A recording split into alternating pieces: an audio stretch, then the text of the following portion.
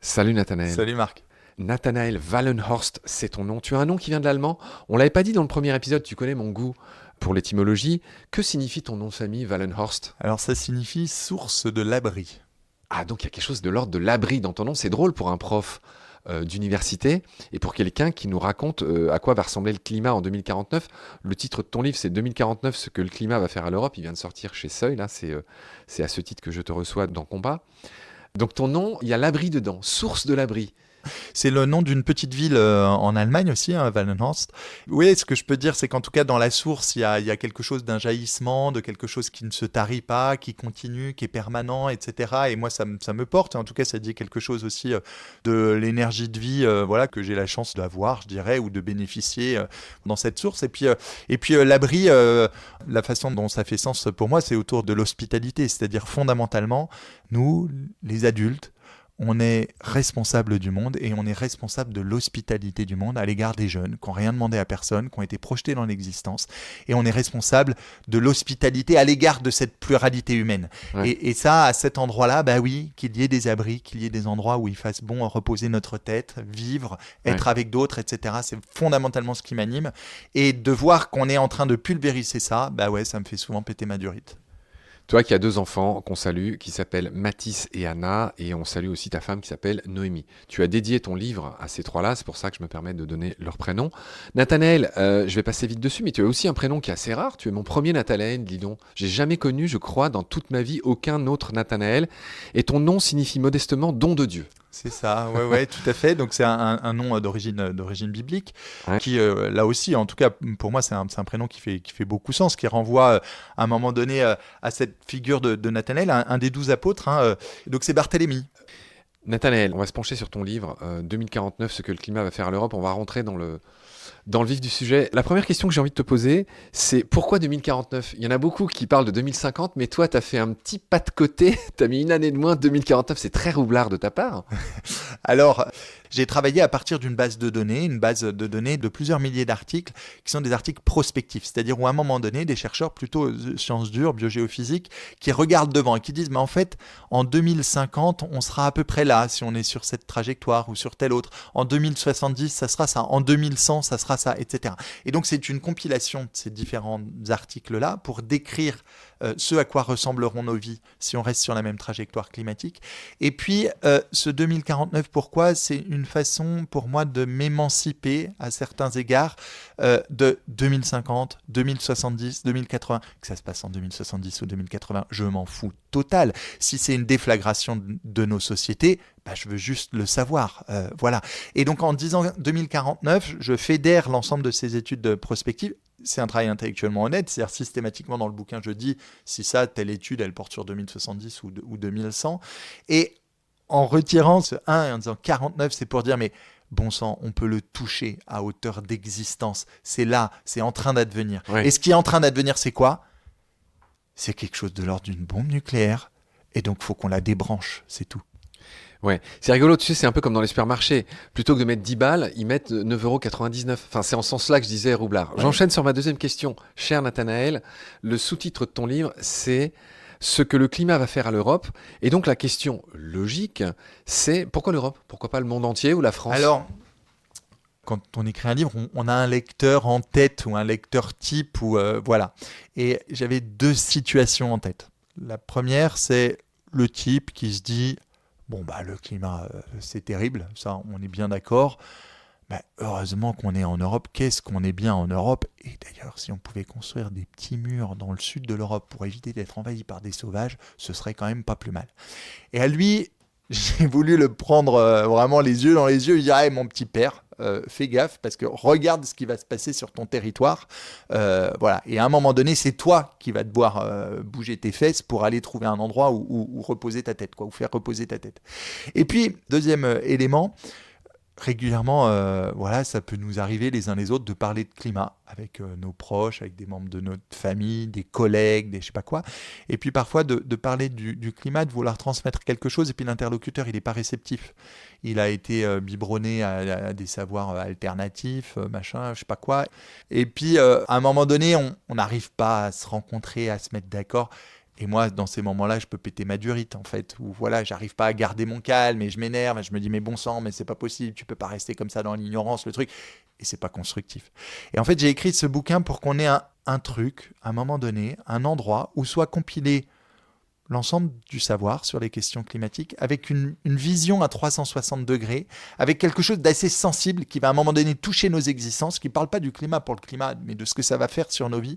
Et pour pouvoir dire dans ce genre de situation, bah écoute, lis 2049 et puis après on en reparle. Est-ce à dire qu'il y a zéro place pour le doute dans ce que tu proposes? Est-ce que c'est, tu sais, c'est un peu à la Georges Marchais, c'était pas ma question, je m'en fous, c'est ma réponse. Est-ce que, comme beaucoup de gens, je trouve, je parle pas spécifiquement de toi, mais il y a beaucoup de gens aujourd'hui qui professent des choses, je trouve, avec un petit manque d'humilité parfois, tu sais. C'est-à-dire, vraiment, voilà, ça c'est la vérité.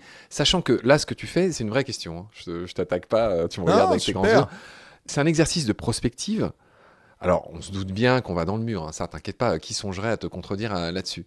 Mais néanmoins, il y a peut-être des choses dans ton bouquin qui s'avéreront inexactes ou fausses, tu vois ce que je veux dire. Donc, d'où vient cette certitude qui m'apparaît chez toi?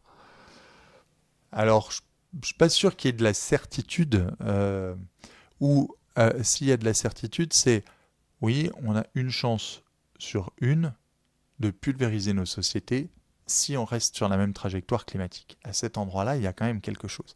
De savoir quand, exactement, comment ça va se faire, ça, on ne sait pas et personne ne le sait. Pourquoi? Parce que c'est le propre des systèmes complexes, et la Terre est un système complexe, d'être caractérisé par l'incertitude. Mais l'incertitude, c'est pas l'ignorance. Si là, on se fait un petit chocolat chaud et qu'on va mettre du lait sur le feu et puis qu'on revient dans ta cuisine et qu'on revient tranquillement ici en train de papoter, on ne sait pas exactement quand le lait va sortir de la casserole. Là, il y a une incertitude. Mais par contre, on est sûr que le lait il va sortir de la casserole. Et donc, à cet endroit-là, il s'agit de différencier l'incertitude de l'ignorance. Et les sciences du système Terre, puis les sciences climatiques, elles sont caractérisées, ce sont des systèmes qui sont caractérisés par l'incertitude. En revanche, il y a tout un tas d'éléments qu'on sait, qui font désormais partie du registre du savoir. Il y a tout un tas d'éléments où il faut continuer de faire de la recherche parce qu'on ne sait pas suffisamment. Si on prend un exemple, par exemple typique de ces problématiques, c'est la question de la MOC. La MOC, c'est un grand courant océanique et atmosphérique de retournement de l'Atlantique qui, en fait, amène au niveau de l'Europe occidentale de la chaleur. Ça veut dire quoi la et MOC? de l'humidité. Atlantic Meridional Ocean Circulation. Et voilà, aujourd'hui, le climat, on va dire, tempéré en Europe, qui nous permet un contexte assez exceptionnel pour la production agricole, il est en grande partie la résultante de la MOC. Et on a une interrogation compte tenu du réchauffement et de la fonte de la calotte glaciaire du Groenland, de la modification du taux de salinité des eaux, parce qu'il y a de l'eau claire qui entre à un moment donné dans le nord de l'océan Atlantique. Ça vient transformer en fait ce grand courant océanique, et on se demande si il ne va pas ralentir jusqu'à possiblement pouvoir s'effondrer. Dans le dernier rapport du GIEC, le ralentissement de la MOC était plutôt appréhendé à partir de 2100 et au-delà. Et tout récemment, là, c'est vraiment ces dernières années, il y a tout un tas de papiers qui sortent en disant mais attention, il pourrait y avoir un ralentissement au cours du 21e et peut-être même un effondrement au cours du 21e. C'est-à-dire une transformation radicale et rapide du climat européen, plus frais et sec, ce qui serait un drame pour l'agriculture. Mais à cet endroit-là, il y a de la controverse, on débat, on ne sait pas exactement, on manque de champs pour pouvoir positionner les choses, etc. Nathanaël, j'espère te faire sourire. Je ne sais pas si tu le sais, mais mock en anglais, c'est un mot qui signifie une attaque furieuse, une attaque de folie. C'est aussi le titre d'une nouvelle célèbre de Stefan Zweig, qui n'est pas le moindre des auteurs dans ce qui te préoccupe sur la fin du monde. Tu sais qu'il s'est suicidé avec sa femme. Il n'avait pas une vision très enjouée de l'avenir, Stefan Zweig, qui est pour le coup un de mes auteurs préférés, je ne sais pas pour toi. Il a publié en 1922 une célèbre nouvelle qui s'intitule tout simplement Amok, avec un K au bout, qui est un mot malais, qui signifie encore une fois folie furieuse. C'est un accès de folie furieuse. Et donc, dans ce bouquin, il raconte la vie d'un médecin européen en Malaisie qui est victime d'une crise d'amok, de fureur meurtrière, perte totale de contrôle, etc. C'est drôle, je trouve, que le nom de ce courant que tu cites soit aussi cette nouvelle célèbre de Zweig. Je ne sais pas si tu le savais déjà, et je ne sais pas ce que ça t'inspire, ce que je viens de dire. C'est un détail. autour des affaires de climat, etc., régulièrement, on peut personnifier les choses. Et moi, je le fais souvent aussi. C'est-à-dire que dans l'Anthropocène, je peux parler d'un monstre qu'on a créé, qui est au-dessus de nos têtes, etc.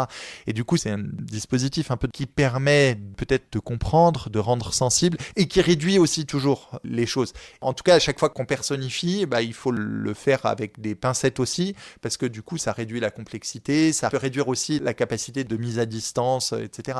Mais effectivement, s'il y a un truc qui est sûr, c'est que un ralentissement de l'amok et un possible effondrement, ce serait quelque chose de vraiment problématique qui pourrait venir reconfigurer les choses.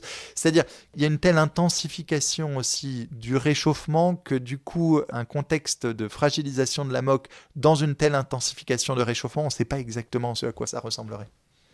Nathanaël, pourquoi tu sous-titres ton livre « Ce que le climat va faire à l'Europe ». Pourquoi l'Europe ? Alors, le climat, les transformations du climat ont une incidence sur toutes les sociétés à la surface de la Terre, et une incidence négative, y compris dans des régions polaires, etc., où là aussi c'est problématique. C'est même pire. Et en Europe, il se passe quelque chose de singulier, et j'ai souhaité décrire ça pour que nous, qui vivons en Europe, nous ayons ça, nous ayons conscience du drame qui est en train d'advenir, pour qu'on trouve l'énergie de tout faire pour ça, nous déterminer. C'est quoi le truc singulier qui se passe ? C'est quoi le truc singulier qui se passe en Europe ? On pulvérise les sociétés, c'est-à-dire en fait c'est une fragilisation des conditions d'existence, c'est le retour des famines, paradoxalement sur le continent qui a gagné sur les famines. Nathanaël, bien que dans ton livre, tu te penches sur ce qui va se passer en Europe, moi j'aimerais quand même que tu nous dises un peu ce qui se passe ailleurs. J'aimerais bien que tu nous parles un peu, j'imagine que tu le sais très bien aussi, dans tout ce que tu as compulsé, là tu as dû voir aussi ce qui se disait par rapport, par exemple, aux Amériques, l'Amérique du Nord, l'Amérique du Sud. Tu le sais peut-être pas, moi j'ai habité 6 ans au Chili, donc je suis très sensible à ce qui se passe en Amérique du Sud. Donc j'aimerais que tu me dises un mot sur les autres endroits du monde, que tu me parles un peu de l'Asie, que tu me parles un peu de l'Afrique, pourquoi pas de l'Océanie. Je sais pas si tu as des choses à me dire sur ces continents, et j'ai envie de préciser tout de suite que là où le réchauffement est le pire et où les changements sont les pires, si je dis pas de bêtises, c'est dans les régions boréales. C'est au pôle Nord, c'est là que le réchauffement est le plus incroyablement rapide. Et en ce qui concerne ma boutique, ça t'a pas échappé que moi je me penche sur la biodiversité, sur le vivant, c'est là que les changements sont les pires. Donc je te repose la question, ailleurs qu'en Europe, brosse-nous une estimation de ce qui pourrait se passer ailleurs. Ce qui est assez simple, c'est que le processus de déflagration des conditions d'existence, c'est-à-dire le processus de fragilisation du socle dans lequel nos sociétés se sont encastrées, il est le même aux différents endroits sur Terre. On peut prendre une image en fait pour décrire ça. Imaginons qu'on ait un vase chinois hors de prix à 20 millions d'euros. On le positionne sur un pied, sur un guéridon, voilà. Et puis tu arrives avec une grosse brutasse, avec une batte de baseball, un militant écolo un peu vénère ou je sais pas quoi, voilà, chez le milliardaire qui t'a ouvert ses portes et qui te présente son vase chinois. C'est toi la grosse brutasse, tu fais 1m91. Je suis pas sûr que ce soit moi. C'est-à-dire pour l'instant, je me suis jamais trimballé avec une batte de baseball. Mais il y en a qui se trimballe parfois comme ça. Et donc, du coup, qui commence à taper sur le pied. Et puis, qui va expliquer à son hôte, non, mais t'inquiète, qui coule, reste tranquille, je toucherai pas le vase, en fait, je vais juste pulvériser le pied. Évidemment, le vase, il se scratch. C'est une petite métaphore simplement pour dire les forçages anthropiques, donc par les activités humaines, des éléments du système Terre qui peuvent courir le risque de franchir des points de bascule, ils viennent fragiliser nos sociétés.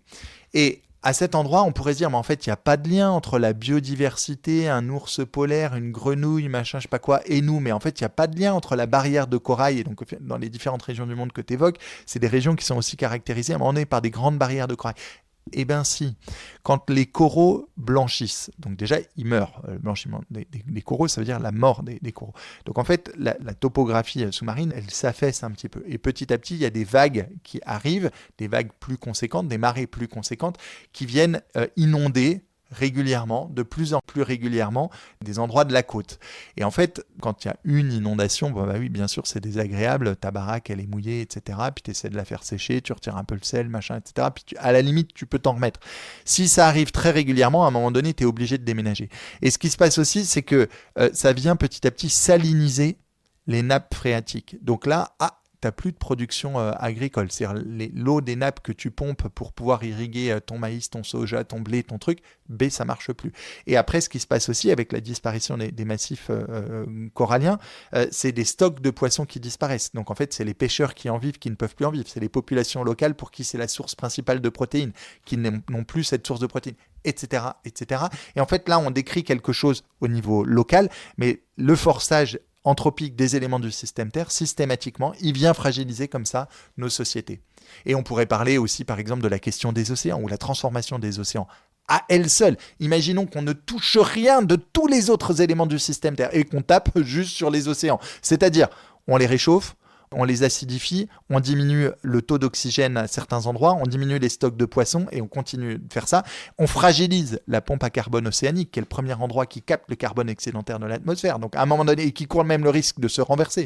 Les océans deviennent une émission de gaz à effet de serre, avec le dégazage aussi de gaz en fait dans les sous-sols océaniques. Alors ça se fait, c'est des processus qui sont longs, mais rien que la transformation des océans, ça empêche la vie humaine en société, à tous les endroits du globe que tu as cité. On va s'arrêter là dans cet épisode, Nathanaël. Je te remercie beaucoup pour ta lumière. Je te retrouve très vite pour la suite. D'ici là, prends soin de toi. Salut. Salut Marc.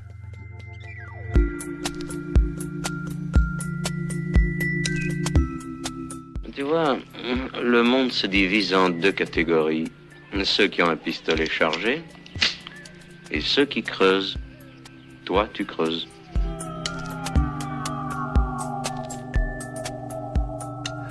C'est la fin de cet épisode. Merci de nous avoir prêté tes oreilles. Maintenant, je m'adresse à ton cœur, car pour continuer, nous avons besoin d'un petit coup de main. 1. Pour commencer, tu peux partager nos liens à tes proches. 2.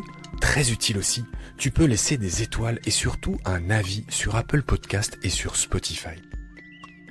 3. Encore mieux, tu peux aussi faire un don ponctuel ou mensuel sur Hello Asso ou sur Tipeee. Tous les liens utiles et notre email de contact pour des stages, des formations, des animations ou des conférences sont indiqués dans la notice de cet épisode. Grand merci pour ton soutien. À bientôt. Et d'ici là, prends soin de toi et de ce qu'il y a autour de nous.